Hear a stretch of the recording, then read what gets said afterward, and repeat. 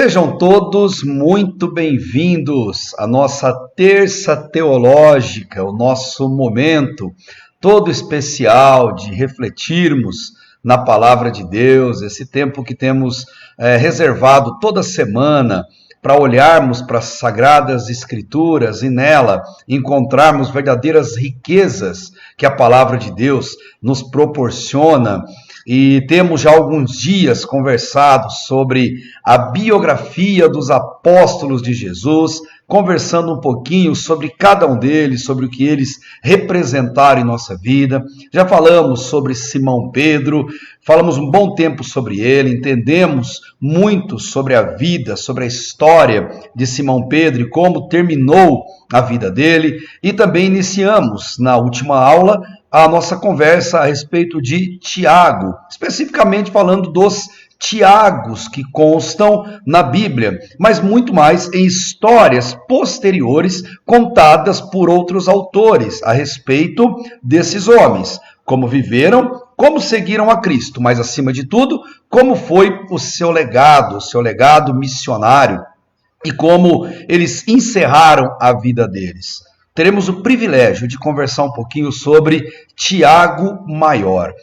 Duas coisas que você deve lembrar. Tiago é o mesmo nome de Jacó ou Iacobos. Tiago é um nome muito típico, muito comum na época do período bíblico, do período do Novo Testamento, quando ele foi constituído, e era um nome dado em homenagem aos filhos, para dizer que a família era judaica, seguidora fiel da religião judaica, e espelhava nos filhos que esses se tornassem grandes seguidores dessa mesma religião. Por conta disso, eles batizavam seus filhos com o nome Iacobos, que significa Tiago. E por que Tiago Maior? É maior não por conta do legado, não por conta da sua especialidade, pois para Deus não existe maiores ou menores. No reino de Deus, Cristo é o cabeça e todos os seres humanos, servos de Deus, são partes de um corpo. Todos têm igual importância. Mas ele é conhecido como Tiago Maior, é uma alcunha dada pelos estudiosos, teólogos e historiadores, devido à quantidade de material que pode ser encontrado a respeito dele, seja na própria Escritura, seja posterior a ela, livros históricos que falam dele. E Tiago, ele tem uma característica fundamental que já vale a pena de pronto a gente citar. Ele foi o primeiro dos apóstolos a entender a mensagem de Cristo quanto a se lançarem por todas as nações do mundo, levando a mensagem do Evangelho, levando a mensagem que salva. Embora fosse um judeu, eu diria um judeu da gema, um judeu com pedigree, Tiago, na sua conversão, na sua vida com Cristo e depois que Jesus morreu e ressuscitou, ele entendeu que todos precisavam saber dessa notícia, que todas as pessoas do mundo próximo precisavam receber a notícia da salvação, o evangelho que liberta, o evangelho que salva do pecado e que tira da escravidão. O evangelho precisava chegar a todas as pessoas. E isso só aconteceria se ele falasse, se os apóstolos falassem, e hoje, se eu e você falarmos desta mensagem. Jesus, ele escolheu homens, ele capacitou homens. O método de Deus para se fazer conhecido é se revelar pela Escritura, se revelar pela criação, mas usar pessoas nesse propósito. Pessoas não são deuses. Apóstolos não são deuses, pessoas são canais da graça de Deus, pessoas são canais por onde a mensagem do Evangelho deve fluir e atingir as pessoas que estão em nossa volta. Eu e você, nós somos esse canal de bênção, nós somos esse canal do Evangelho quando o recebemos em nossa vida e temos a missão de levá-lo adiante. Se entendermos isso, só esse início da nossa aula sobre Tiago já valeria a pena. Tiago compreendeu, desejou ardentemente, e ele se lançou no mundo antigo para levar essa mensagem aos seus irmãos que até então não tiveram o privilégio de ouvi-la. Tiago Maior, um judeu com pedigree judaico, um judeu que tem muito assunto sobre ele, por isso ele é maior. E ele é o primeiro a entender a mensagem que salva, o primeiro a levar essa mensagem adiante, e faz questão de fazer isso. Alguns dados são fundamentais entendermos a respeito de Tiago. Primeiro, a sua família, pois a família onde somos criados tem muita influência no caráter e em como nós vamos nos manifestar na idade adulta. Tiago era filho de Zebedeu. O que tem de relevante saber que ele foi filho de Zebedeu? Primeiro, que ele tinha boa condição econômica. Tiago era filho de um homem rico. Zebedeu era proprietário de barcos de pesca. Ele tinha funcionários. Ele tinha inclusive sócios. Pedro e André, outros apóstolos, eram sócios de Zebedeu. Então Zebedeu tinha uma excelente condição financeira. No entanto, ele não paparicou os seus filhos, no caso Tiago e João. O texto bíblico mostra que Jesus, quando chamou Tiago e João, eles estavam ajudando o pai, consertando as redes depois de uma pesca. O que nos mostra claramente que é dever dos pais ensinar aos filhos o caráter do trabalho, a importância do trabalho, de receber do suor do trabalho, receber o dinheiro que vem suado, que vem trabalhado no nosso dia a dia. Zebedeu ensinou aos filhos a importância do trabalho. Outra lição importante para todos nós nos dias de hoje: trabalho não é maldição de Deus, trabalho é bênção de Deus, pois é com ele que sustentamos uma família com dignidade. É por meio do trabalho que colocamos a cabeça no travesseiro e temos paz quando fechamos nossos olhos para dormir. Zebedeu ensinou seus filhos a trabalhar. Mas não só isso. Zebedeu ensinou seus filhos a adorar. Duas lições que os pais têm que deixar de legado para os seus filhos. Quando Jesus chamou Tiago e João, Zebedeu não se opôs. Zebedeu viu os dois filhos deixando as redes. Era força de trabalho que ele estaria perdendo, mas ele abriu mão, porque entendeu que servir a Jesus era muito mais importante do que ganhar dinheiro pescando. A partir dali, eles tinham a missão, assim como Pedro, de pescar almas para o reino de Deus. Zebedeu, um belo pai. Um pai digno de exemplo, a ser seguido, a ser copiado por todos nós que dizemos adorar a Cristo, como Zebedeu também adorou. A mulher de Zebedeu e, consequentemente, mãe de Tiago, foi Salomé. Salomé, muito possivelmente, pelo que a história relata, ela era irmã de Maria.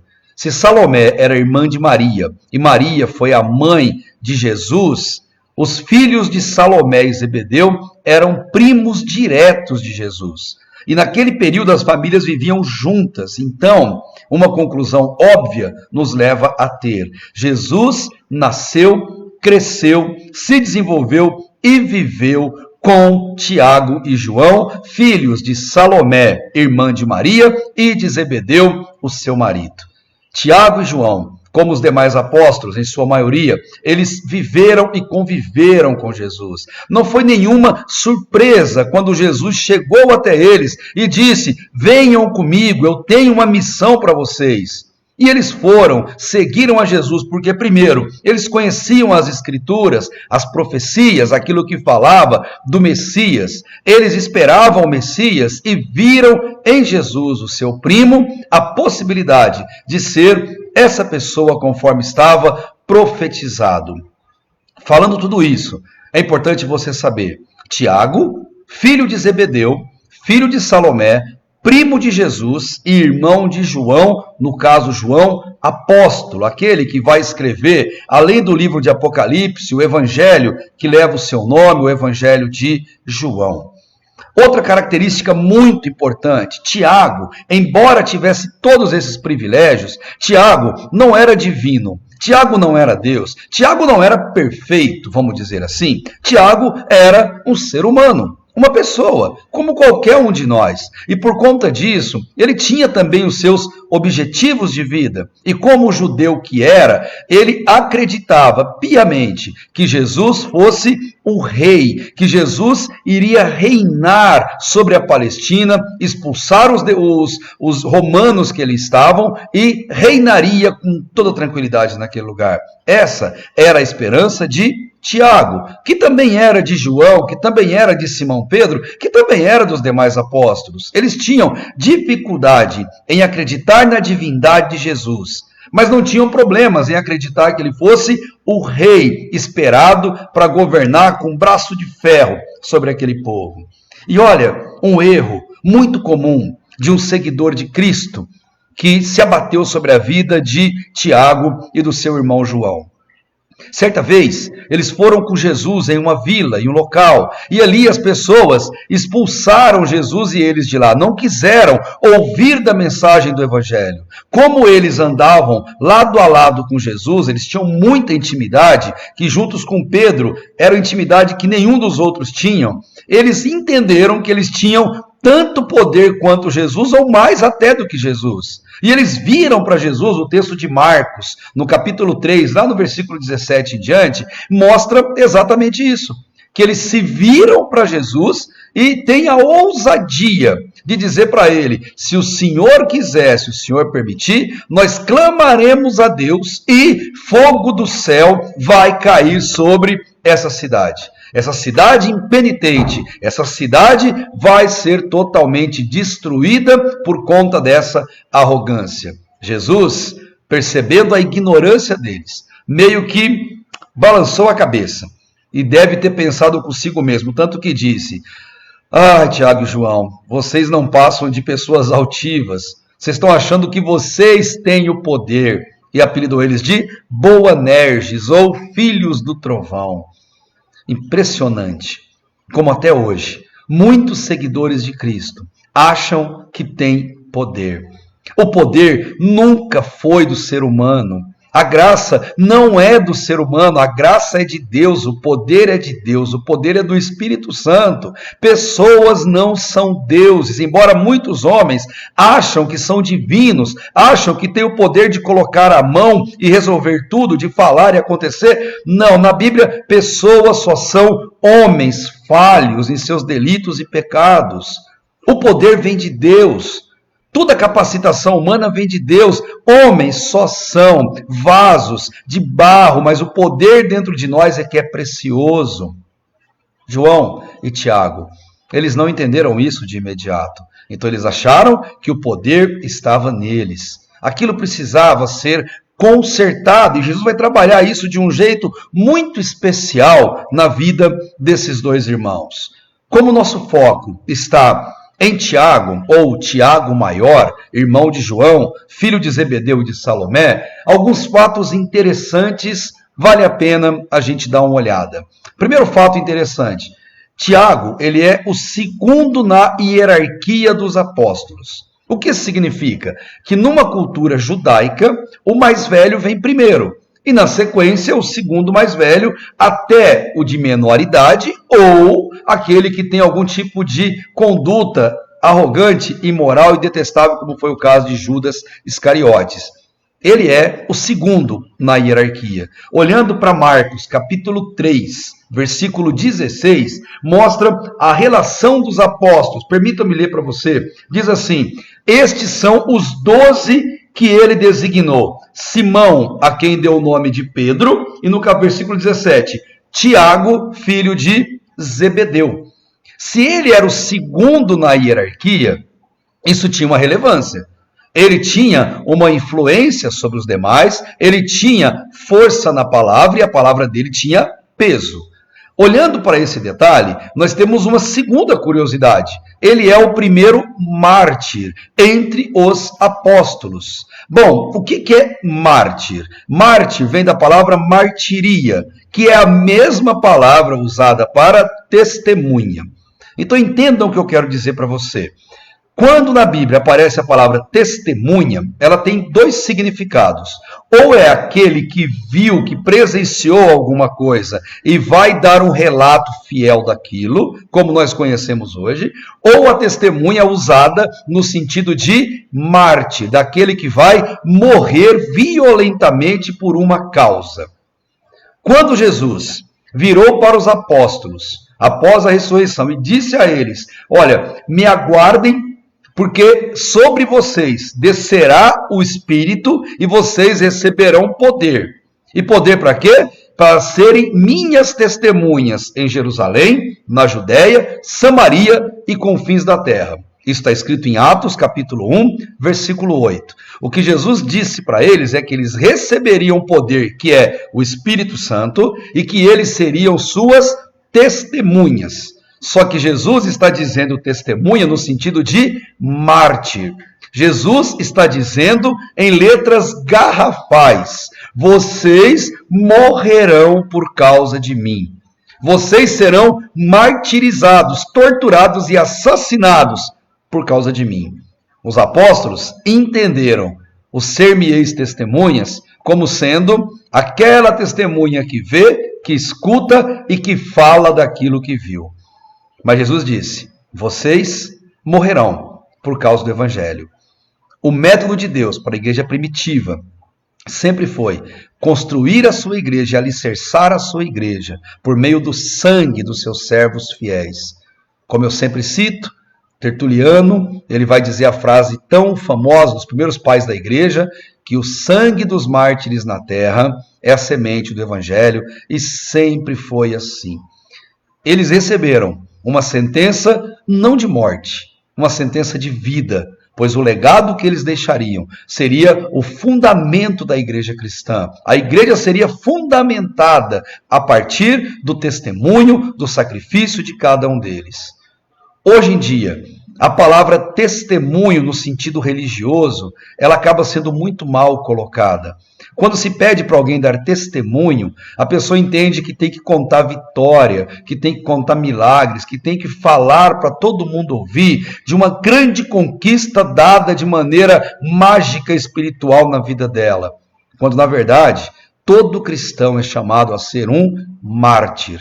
Dar testemunho é mostrar para as pessoas que nós morremos para o mundo, que nós encerramos a nossa existência carnal, a nossa existência pecaminosa para o mundo. Dar testemunho é primeiro viver a verdade que se acredita e só depois falar dessa verdade para as pessoas.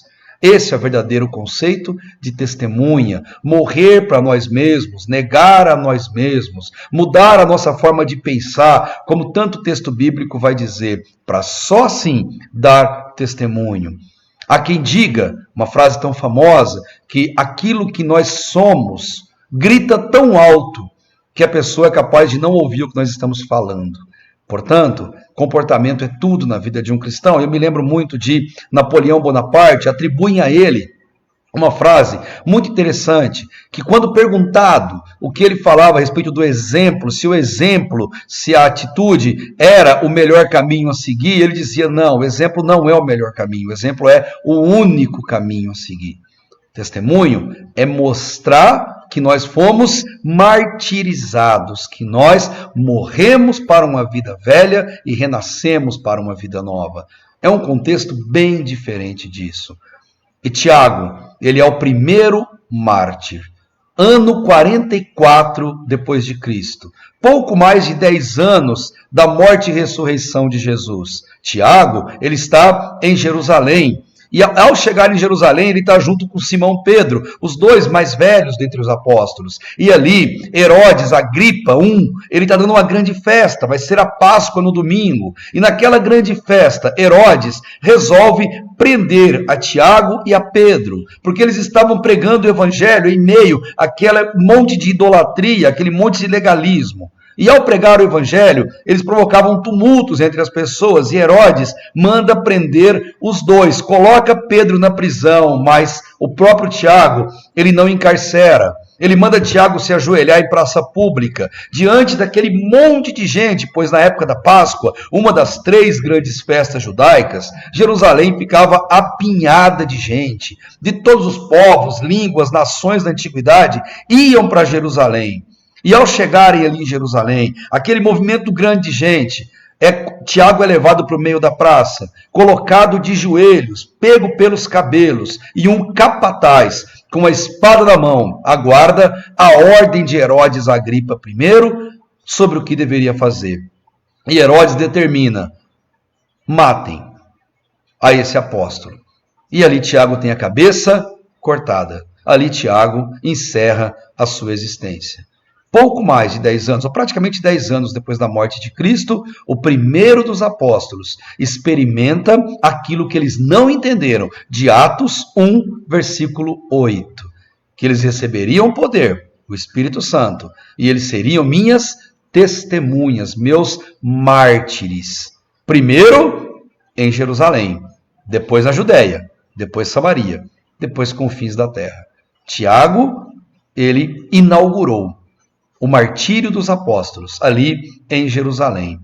Outro fato muito interessante, olhando João, Evangelho de João, no versículo 2 do capítulo 21, último dos capítulos de João, tem um texto muito interessante. João, quando ele fala a respeito de si e dos seus irmãos, da sua família, ele não cita o nome de Tiago, e nem mesmo dele. Em momento algum no Evangelho de João, você vai encontrar o nome de João, autor do Evangelho. Você encontra o nome de João Batista.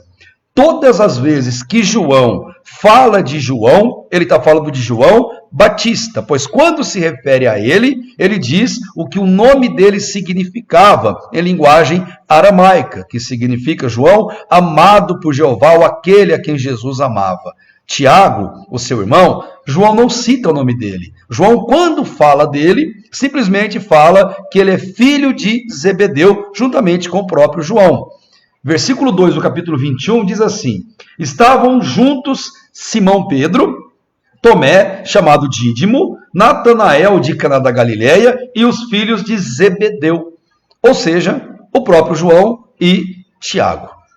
Muitos vão dizer que João faz isso porque ele é orgulhoso. Hipótese nenhuma, João é muito humilde. Ele não quer fazer o nome dele conhecido, ele não quer fazer o nome dele receber holofotes, ele não quer fazer o nome dele aparecer em um banner. Para João, o que vale é o que ele disse no capítulo 3, versículo 30. Importa que Jesus cresça e que eu diminua. Então João não tinha esse orgulho, João era humilde, e cada vez que ele fala a respeito da sua família, ele prefere citar apenas o contexto familiar, até como forma de dar honra ao seu pai, porque o pai de João foi um pai fantástico. Lembre que ensinou ele a adorar e que ensinou ele a trabalhar de maneira digna. Essa curiosidade, ela é interessante, mas tem uma outra também que vale muito a pena nós citarmos. Tiago, juntamente com João e com Simão Pedro, ele era considerado um dos 3 inseparáveis. Em que sentido? Eles andavam juntos, colados, a tiracolo com Jesus. Mostra que eles vinham de uma amizade, muito mais do que amizade, de uma familiaridade, pois eles eram primos. E quando Jesus começa seu ministério, cerca de 3 anos e meio, Tiago e João, juntamente com Pedro, que era sócio deles na pesca, eles ficam juntos de Jesus o tempo todo. Não tem uma só ação de Jesus nos evangelhos que não esteja junto Simão, Pedro, Tiago e João. Eles são inseparáveis.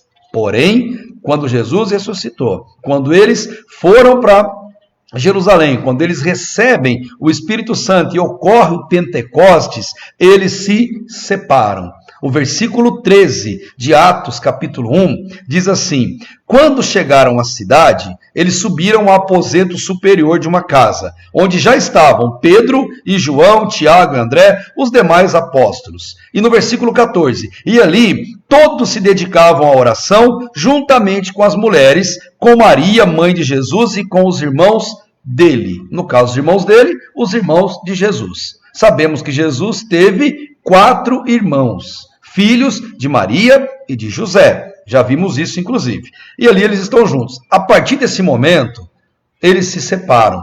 A partir desse momento, Tiago só vai voltar a encontrar Pedro no momento em que será executado e morto em Jerusalém, conforme o relato de Atos capítulo 12 nos mostra.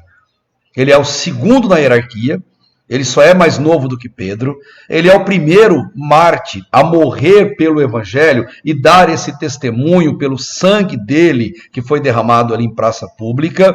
Ele não é citado por João pelo nome, justamente como um ato de muita humildade joanina, isso é algo lindo da gente entender, mas em Atos capítulo 12, se você tem papel e caneta, Bíblia em sua mão, anote isso que é muito importante você saber.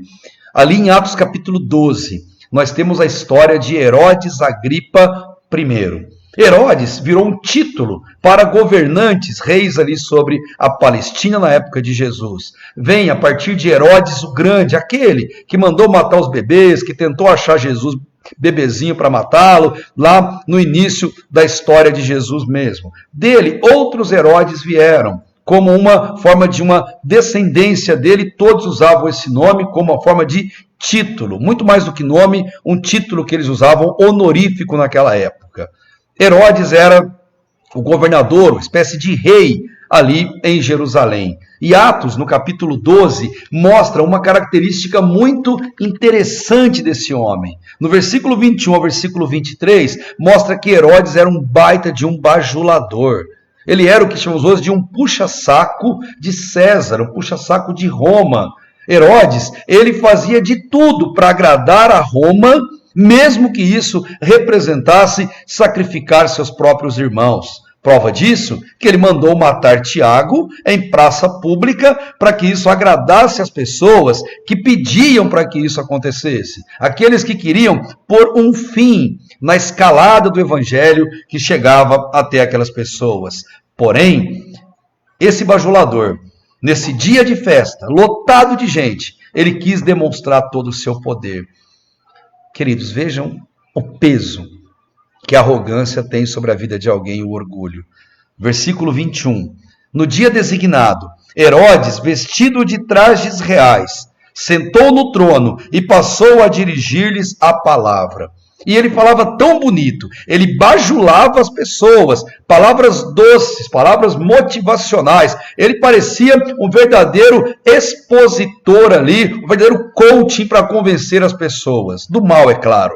E à medida que ele falava, as pessoas diziam, gente, isso não é um homem, isso é Deus falando, é a voz de Deus, não é a voz de homem. E aquilo fez ele inflar no seu ego, aquilo fez ele ficar absurdamente realizado. Aquele dia, eles celebravam o festival a Cláudio, um dos imperadores romanos. Então ele faz aquilo para ganhar aplausos, para ser bem visto, e ele tinha o poder da oratória.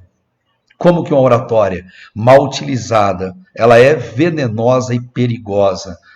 Quando o texto bíblico diz que ele usou trajes reais, Flávio Joséfos, contando essa história no seu livro Antiguidades Judaicas, ele diz que ele usava uma roupa toda aparamentada de uma espécie que refletia os raios solares, uma espécie de uma roupa prata. O que hoje para nós seria algo feio, ou pelo menos diferente, para aquele período era algo que chamava atenção. Ele ficava no alto, no trono, os raios solares batiam nele e refletiam nas pessoas. Então as pessoas olhavam para ele e viam nele como se ele fosse um Deus. E com o seu poder de bajulação, o seu poder de convencimento, suas palavras doces, as pessoas ovacionavam a Herodes Agripa. Ele manda matar Tiago, todo mundo aplaude e pensa, que homem é esse que pode mandar matar um apóstolo e nada acontece com ele?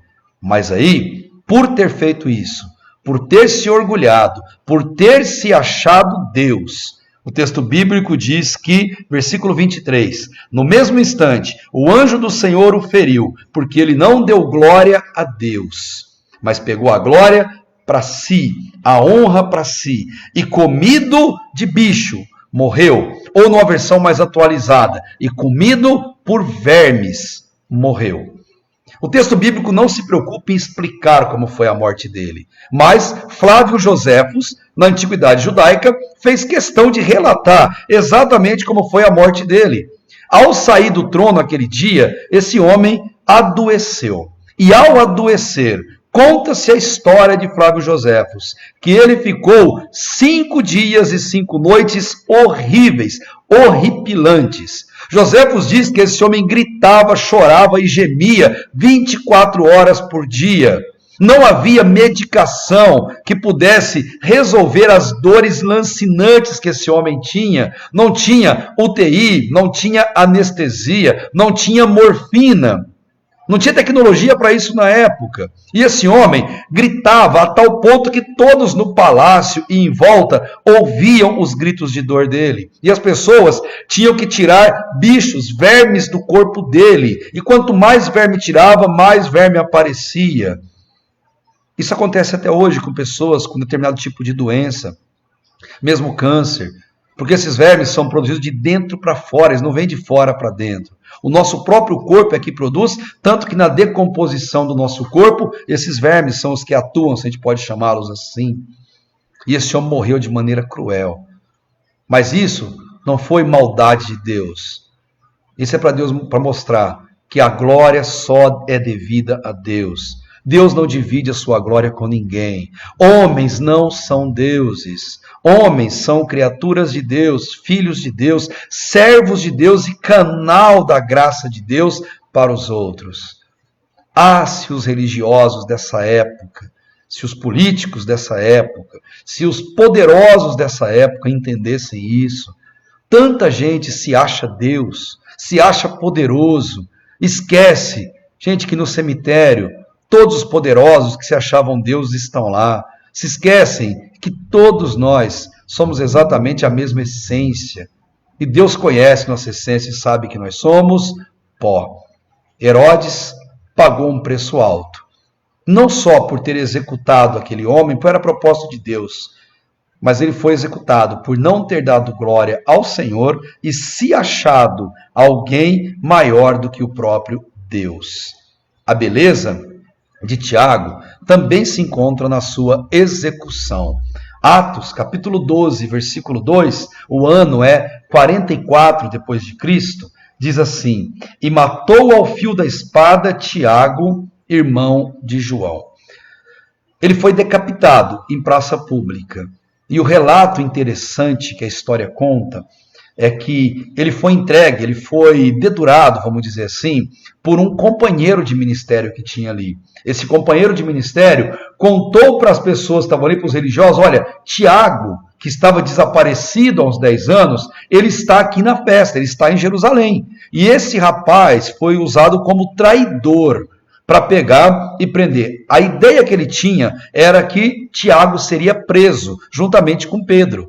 Quando ele ficou sabendo que Tiago ia ser executado e foi colocado de joelho, ele veio correndo em meio aos soldados e disse às pessoas: se forem matar ele, eu quero morrer junto. Ele tem um remorso, um arrependimento de ter traído aquele homem e aquele homem ser executado. Eles trazem ele para o meio da roda também, e ele olha para Tiago em prantos e me perdoa, ele pede perdão: Tiago, me perdoa por ter te traído, não era isso que eu esperava que fosse acontecer. Olha que interessante como a história se repete em Jerusalém, lembrando de Judas lá atrás, pouco mais de 10 anos, e ao se arrepender e ao chorar, ele olha para Tiago, e Tiago, olhando no fundo dos olhos dele, disse a frase que foi eternizada na história da igreja. Disse em latim: pax vobis. Pax vobis significa: moço, a paz seja com você. Moço, fique em paz. Eu estou cumprindo o propósito do mestre. Tiago não tinha dúvidas do que Deus queria para ele. Tiago estava em paz, mesmo diante da morte e de morte trágica. E aí fica uma questão para a gente entender. Onde Tiago aprendeu isso? Até pouco tempo ele era Boanerges, filho do trovão. Até poucos anos ele queria mandar fogo do céu e destruir os pecadores, traidores e idólatras. Agora ele está perdoando alguém que o traiu, que entregou ele a sentença cabal. Porque onde ele aprendeu isso? E aí a gente tem uma certeza. Em João 20, versículo 19 e 20, temos o relato, quando Jesus ressuscitou, Os discípulos estavam trancados numa sala, com medo dos judeus. E Jesus, sem abrir a porta, entrou naquela sala. Os discípulos ficaram morrendo de medo, achavam que era um fantasma, mas era Cristo no corpo glorificado. E com pânico por conta daquilo, cada um deles escondeu o rosto num canto de parede, desesperado, gritando. Como que Jesus acalmou eles? Acalmou dizendo para eles assim, também em latim, pax vobis, ou, traduzido lá no grego do Novo Testamento, eirene rumin. Jesus disse assim, paz seja com vocês. Eles podiam não reconhecer o corpo dele, mas eles reconheciam a voz dele. Porque as minhas ovelhas ouvem a minha voz e me seguem. Um filho de Deus ouve a voz de Deus, sabe discernir a voz de Deus, a voz do Supremo Pastor, e segue a essa voz. Quando eles ouviram, eles se acalmaram, e Jesus veio até eles e disse, olhem, toquem em minhas mãos, vejam os furos nas minhas mãos, furo no meu pé, vejam aqui na minha lateral, sou eu mesmo. E comeu com eles ali. Isso vai acontecer uma segunda vez, para que Tomé também pudesse ver, uma vez que Tomé não estava ali na primeira oportunidade. Tiago, quando está perto da morte, e diante do seu traidor e dos seus executores, ele não resmunga, ele não reclama, ele não condena, ele não amaldiçoa. Tiago perdoa. Tiago deseja para eles que eles tenham paz.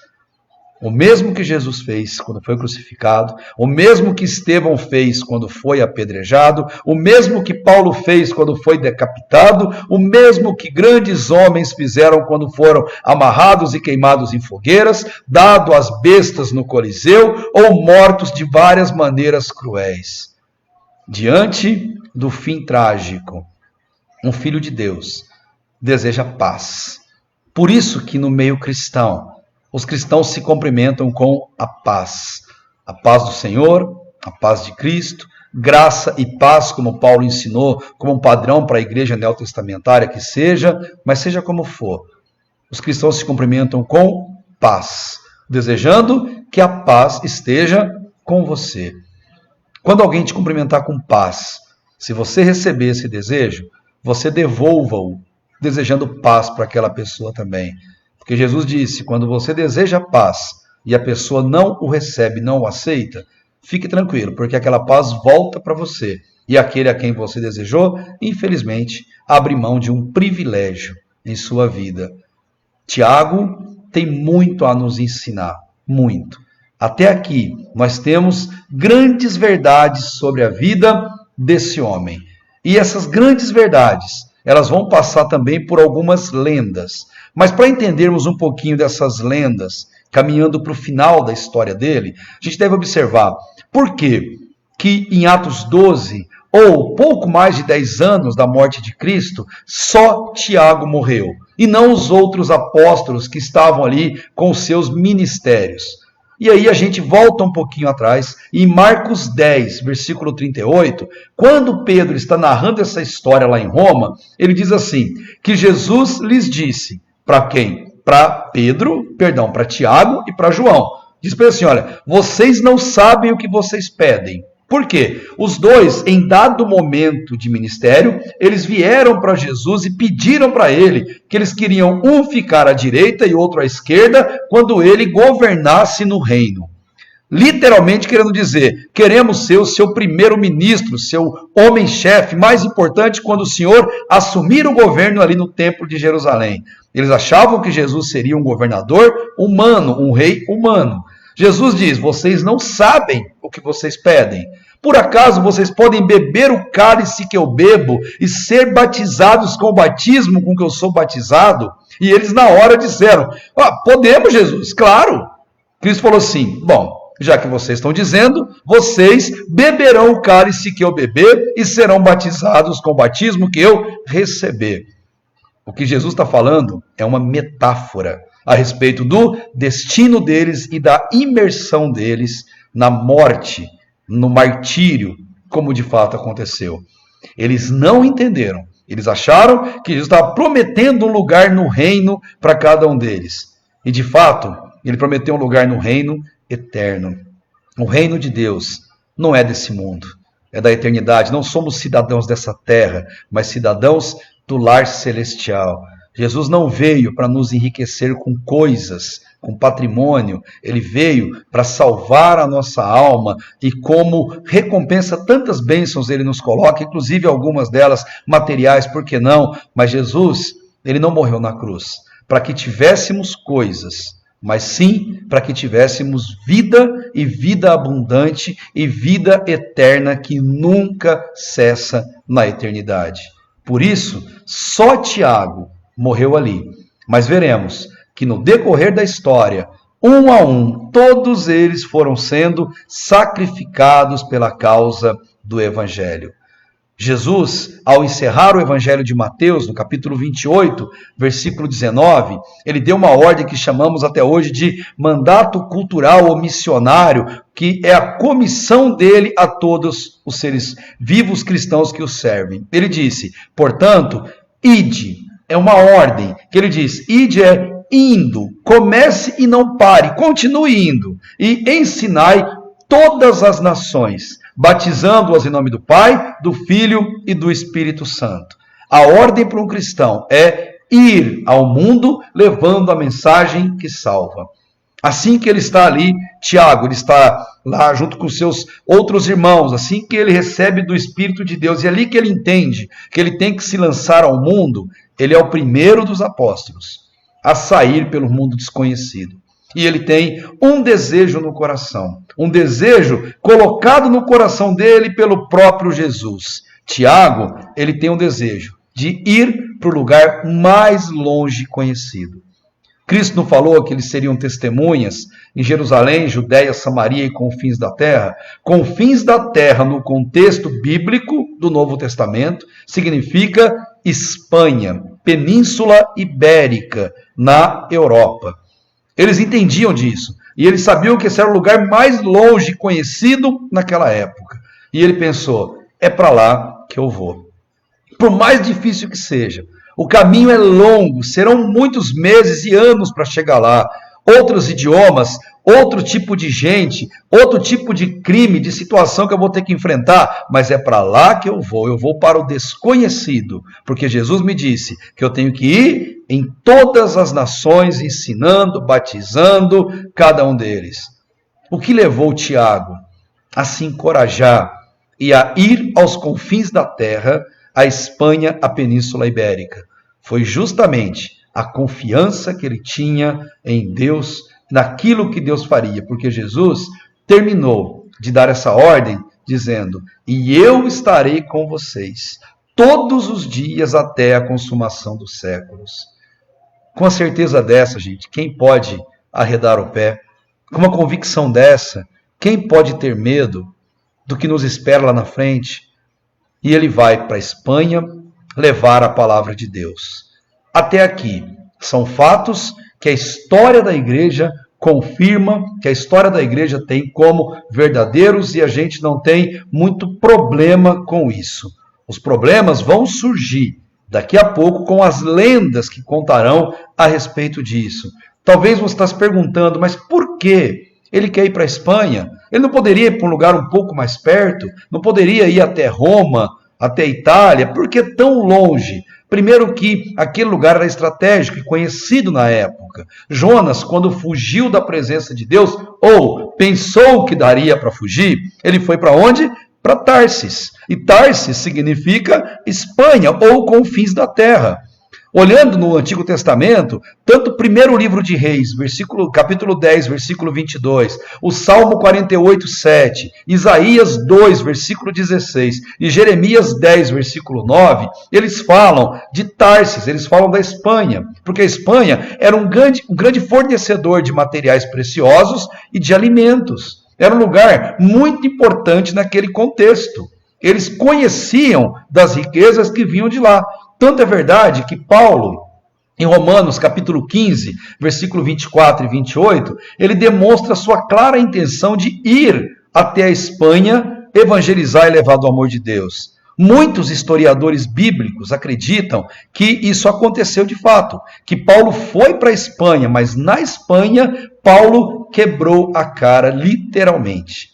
Por dois motivos. Primeiro, que a igreja de Roma não o comissionou para isso, não bancou a sua viagem. Segundo, não parece ser o desejo de Deus que Paulo fosse para a Espanha. Era um desejo pessoal de Paulo. O que Deus nos mostra no livro de Atos é que ele queria Paulo até Roma. E ali em Roma, Paulo encerrara a história dele. Então Paulo possivelmente foi até a Espanha. A língua, os costumes, as dificuldades fizeram com que Paulo naufragasse no seu objetivo e ele teve que voltar humildemente para Roma e pedir perdão para a igreja por aquele ato que ele tentou fazer. Agora, Tiago, pelo que sabemos dele, ele foi para a Espanha. Ali foi o campo missionário dele, mas parece que não deu certo também. Em torno de 10 anos ele levou entre a ida, a estadia e a volta para Jerusalém.